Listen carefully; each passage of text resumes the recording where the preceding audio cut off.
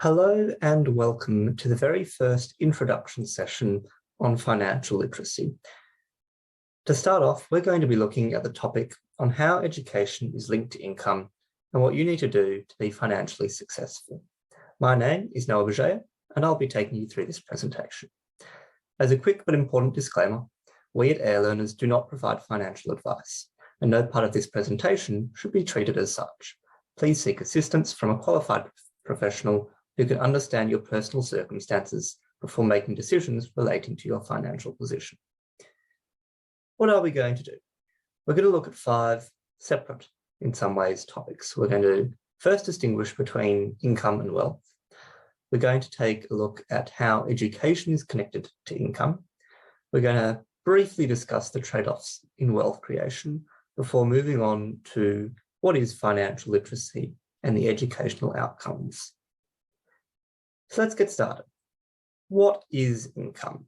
Well, income has a pretty straightforward definition. It's defined as money received through work and or investments.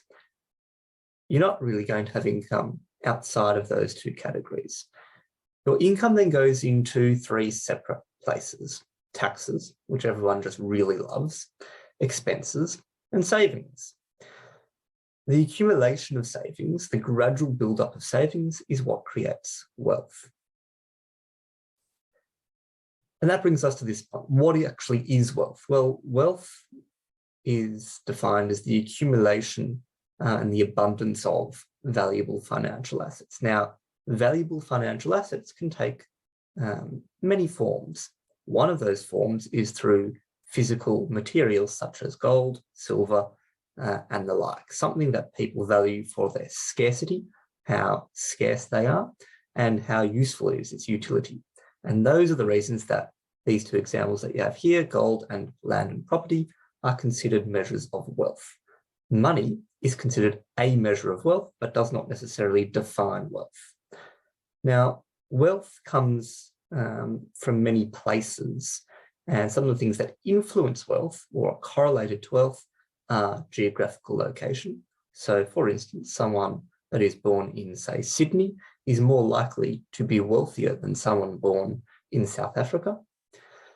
Another option in terms of correlation would be occupation. Someone who is high up as a CEO, for instance, is more likely to be wealthier than someone who is, let's say, a cleaner. Age, so older people are more likely to be wealthier, and that's simply because they've had more time to generate and accumulate wealth. Familial history, so if you have a history of people that are wealthy, then you are more likely to be wealthy. And the final point, which is what we're going to focus on today, is education. So let's take a look at a summary of findings that the Federal Reserve Bank of St. Louis did in 2017. Now, the data is actually from 2013. So this is already 9 or 10 years ago already. Now, what does that mean? Well, it means that these figures are now higher. So annual income has gone up, annual wealth, or median wealth has gone up, but the ratios have stayed mostly the same. The other important thing to note is that all the figures are in US dollars, not Australian dollars. So if you multiply them by roughly 1.3, or whatever the exchange rate is at the point when you're reading this, you should get a rough indication of what these figures are roughly 10 years ago in Australia. So the proportion or the percentage of people is the proportion of the entire families or households that this paper looked at that fit into that category. So let's just say if we take the 50%, what that 50% means is that 50% of families or households have the highest level of education within that household of a high school certificate. So that would be VC, HSC, the WACE, the QCE, etc., depending on what state and territory you're in. Now, if we're to analyse the median annual income, we can quite easily see that as the education income, as the level of education increases, the annual median wealth also increases. So someone with no high school certificate earns very roughly a fifth of what someone with an advanced degree, a master's or doctorate, were to earn. Now, to interpret that figure, Essentially what you do is if you line up all of the incomes of the people within that bracket, so if we have a look again at that 50%, if you lined up all 50% of the whole study that fit within the high school certificate, if you lined up their incomes, the middle value would be roughly 41,000. Now, if we have a look at median wealth, we get a very, very similar story, but the percentages or the ratios here are a little bit more exacerbated. So if we look again and compare the no high school certificate to someone with an advanced degree, you notice that the median wealth for the advanced degree is significantly higher. It's about 18 times higher in that case.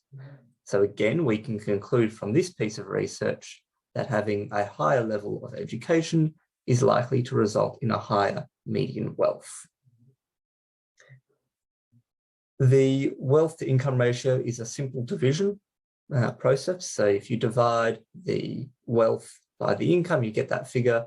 What you can see there is that wealth is higher proportionally to the income as you get further down the table. Now, one reason that this may be the case is due to something called compound interest. If you have a figure that grows quickly, the larger that figure is, the quicker it grows. And so you can end up, even if your annual income doesn't change very much, you can grow your wealth much faster. Finally, the last column, the millionaires, is quite self-explanatory. How many occurrences within the study was there a millionaire within that bracket of education? So someone with no high school certificate, you'd find 1 millionaire in 110 people. Whereas if you looked at someone with an advanced degree, every 2.6 families, which doesn't realistically make very much sense, a bit hard to have 0.6 of a family, would be a millionaire. Or the family would be a millionaire. That being said, correlation is not causation. Now, this is a really important point to emphasize, because what we just looked at in the previous slide was correlation. How do things change relative to other things? We're not looking at the cause behind things. So this is what we're going to focus on for the next couple of minutes to, I suppose, get a better idea of what may be some reasons behind the cause of these results. So natural intellectual ability is something that comes in quite strongly here. People who tend to have high intellectual ability tend to do high levels of education, which kind of makes sense. If you have a stupendously high IQ, then you're probably ending up going to do at least some kind of university education. However, if you don't, which is still perfectly fine, you may end up just completing year 12, and that is all. The next thing is something called assortative mating. Now, assortative mating is when people tend to marry people who are similar to them. So you're going to have people that have lower incomes tending to mate together and people that have higher incomes tending to mate together. Now, what that does is it doubles the income, but the doubling of the income in the case of a high income earner is going to be far more significant numerically than for the low income earner. Inheritance is also an interesting, it's probably less significant in this case here. It probably has more to do with the wealth than anything else.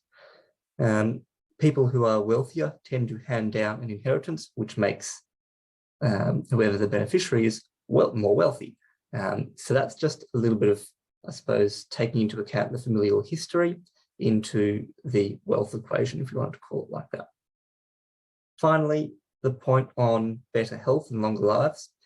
Typically, wealthier individuals can afford better medical care, for instance, which means that they live longer and have better health. Now, for that reason, time is a significant contributor to wealth. So if you, for instance, have something that doubles every 10 years, an investment, let's say, and you're alive for 10 more years, you get double the wealth at the end. So it's really quite important to understand that there is a strong, not just correlation, but causation of time resulting in financial outcomes. But how is income connected to wealth? So let's just say you've completed a bachelor's degree, you've got good potential to earn pretty decent income, you get a fantastic job and start making an income. What can you do to maximize your probability that income becomes wealth. Now, remember from a bit earlier that our definitions of income and wealth are quite different. The answer is by having good financial literacy. So let's just say we've got 3 people, green, yellow, and red, all starting with the same level of income. If you have good financial literacy, you will make good decisions. Perhaps you invest it very wisely. Perhaps you don't spend on things that don't need to be spent on, and you end up with a high wealth. Someone with an average financial literacy may make some mistakes along the way, and they'll end up with something that's called net wealth more than high wealth. So net wealth suggests that you've got some wealth, but you've also got some liabilities, some debts. Perhaps you took out a mortgage and that hasn't yet been paid off. Finally, our person in the red, no pun intended, has poor financial literacy and they end up with debt or no net wealth, or very, very low net wealth.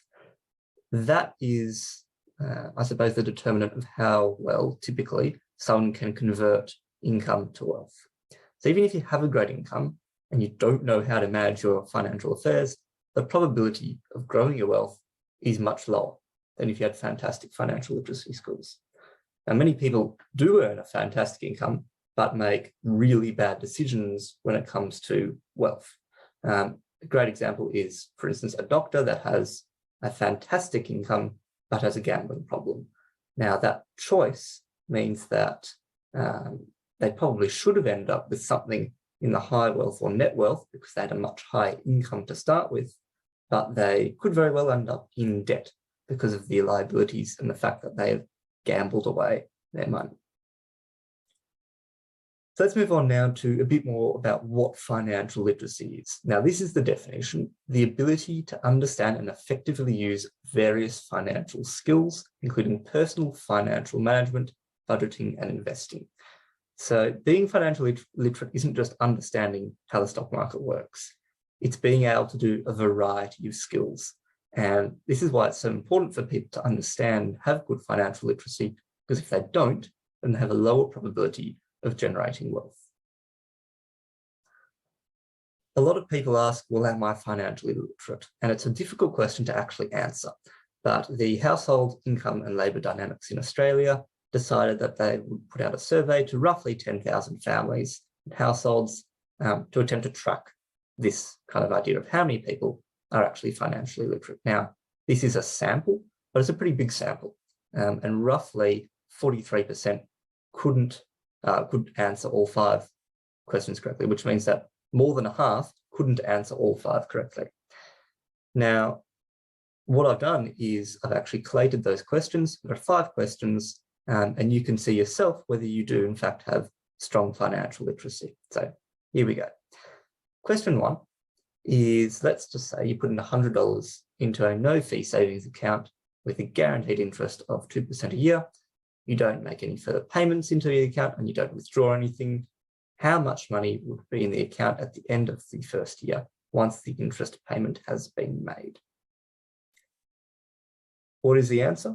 Well, the correct answer is $102 because that's 2% of $100 is $2, and you add that onto its starting balance to get $102. Pretty straightforward question to start off with. Does get a little bit harder. So what is question 2?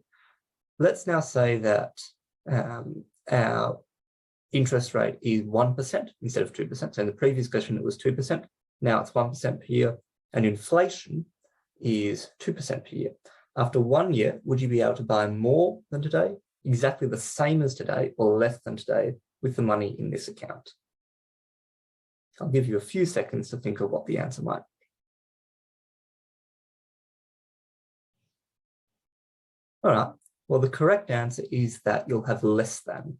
So what happens is your purchasing power decreases because the interest that you got, so even though now you'll have $101 in your account, the dollars are worth less due to inflation. So inflation is the rising cost of goods and services, and because that has gone up by 2% and your savings has only gone up 1%, your purchasing power has decreased.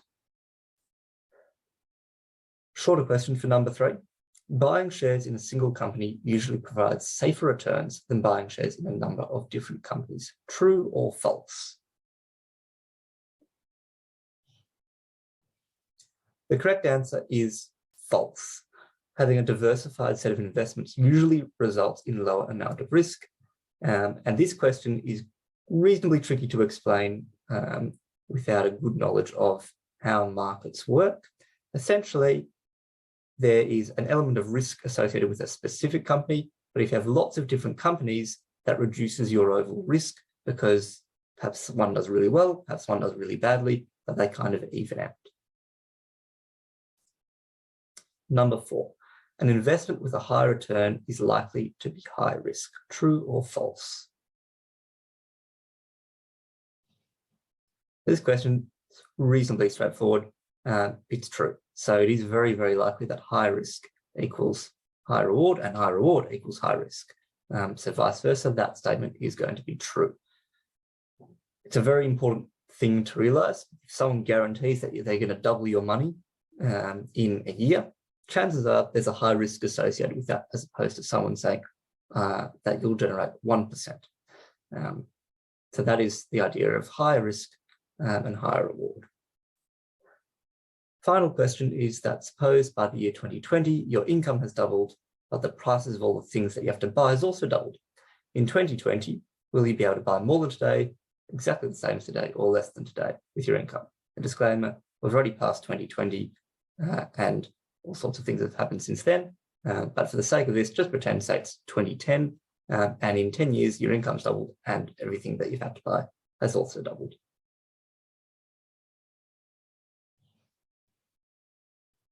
So the answer here is that it's exactly the same. Your purchasing power hasn't changed, even though your income has doubled. Everything else has also doubled. Essentially, let's say it costs $1 to buy a coffee 10 years ago. Now it costs $2. Even though your income's doubled, you still have to proportionally pay the same amount. So let's say you earn $100 and the price of the coffee is $1. Now you're earning $200 and the price of the coffee is $2. It's still 1/100th of your income. So your purchasing power doesn't change. So that is, I guess, the end of the questions. If you weren't able to get them all correct, then you're actually part of the majority of people. If you did, congratulations, you're within the top 40-odd%. So let's have a look now a bit about education outcomes and income. So there are 3 things, or 3 sets of things that we've identified that contribute to student success and the potential to earn a great income. Those 3 things are tutors and mentors, so someone to help them along the way that isn't part of an insular system, typically that is the family and the school. Teachers and schools, because you've got to learn somehow, and parents and family who provide the critical supports necessary for a student to grow. Now, combining all those resources will help students achieve better results than if you remove one of those things. And it will allow them to attain, say, better marks, which allow them to get into a better course or into a course. And as a result, we have a higher likelihood of increasing income, which we know increases wealth in the long term. The thing that we've also talked about is that income doesn't guarantee wealth. There's a difference between likelihood and guaranteeing. Financial literacy and the execution of wealth goals are both equally as important, maybe not equally, but both very important in increasing the probability of net wealth or high wealth for yourself and your family. So let's assume you've got your degree, you've got a great job, you're earning a fantastic outcome. What else is required to grow your wealth? Well, the answer is going to be financial literacy, which will help you have the skills to create wealth, but then you also need to execute on those skills. The final thing that we're going to look at is, well, when do I start? And the answer is earlier is better for wealth creation. This graph here shows a particular investment balance. So let's just say the balance starts at $10,000 and it increases at, I don't know, $4,000 or $5,000 a year. You can see that at, say, 10% every year, you're going to end up with a lot more. So this is the point over here. Let's say you start at the age of 15. You get 10% per year, you're going to end up with, well, quite a lot. Whereas if you start at the age of 55, comparatively, you've got a lot less. And you can see that as we go along, if you start off with a reasonably low interest rate, let's just say 5%, so we're looking at this grey dot over here, that level there is still better then essentially anything, even up to 10% from the ages of 45 onwards. So it's a really important concept to understand that starting early is better. In fact, Albert Einstein once said that compound interest is the eighth wonder of the world. He who understands it earns it, and he who doesn't pays it. So starting at an earlier and younger age, by having financial literacy from an earlier point, means that wealth has more time to accumulate, and that your wealth goals can be achieved by taking less risk. Remember that less risk is reflected by lower reward. The earlier that you equip yourself or your children with financial literacy skills, the higher the probability is that you are going to achieve those wealth goals. Finally, what are we going to do? Well, Air Learners is going to produce a series, or we have produced a series of financial literacy lessons for secondary school, for university students, and as well for adults. And the purposes of this well, there are a few. The first is to increase educational outcomes. The second is to ensure that people have confidence in what they're doing. And the third is to enable them to go out and seek help and understand where they may need some assistance. Ultimately, this series is going to be released over the next few months, so watch out for that and stay tuned. Otherwise, thank you very much for having a look at this video and hopefully getting an idea of how financial literacy is really an important skill, not just for you, for your children, but for, well, pretty much everyone. So thank you very much. Head to airlearners.com for more content like this, and we'll see you next time.